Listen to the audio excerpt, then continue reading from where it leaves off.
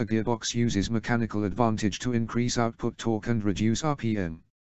The motor's shaft is fed into the gearbox and through a series of internal gearing provides the torque and speed conversion.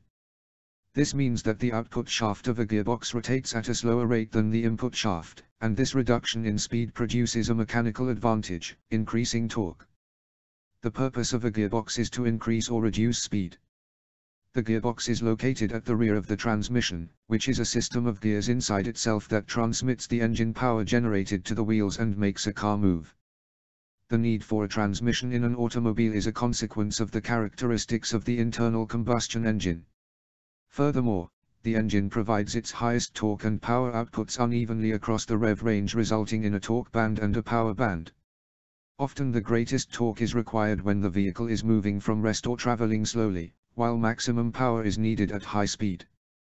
Therefore, a system is required that transforms the engine's output so that it can supply high torque at low speeds, but also operate at highway speeds with the motor still operating within its limits.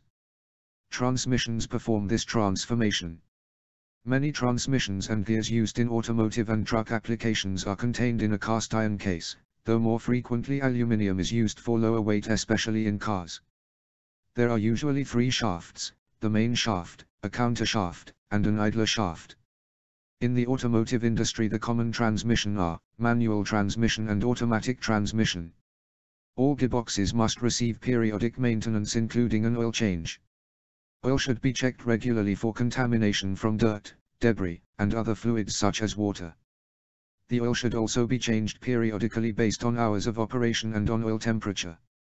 Some of the most common forms of gearbox failure are caused by underfilling, incorrect specification, mixing or incompatibility, incorrect lubrication and intervals, deteriorated grease or oil, water contamination and particulate contamination. Thank you for watching. If this video gives you value, don't forget to like and subscribe to my channel for more helpful content.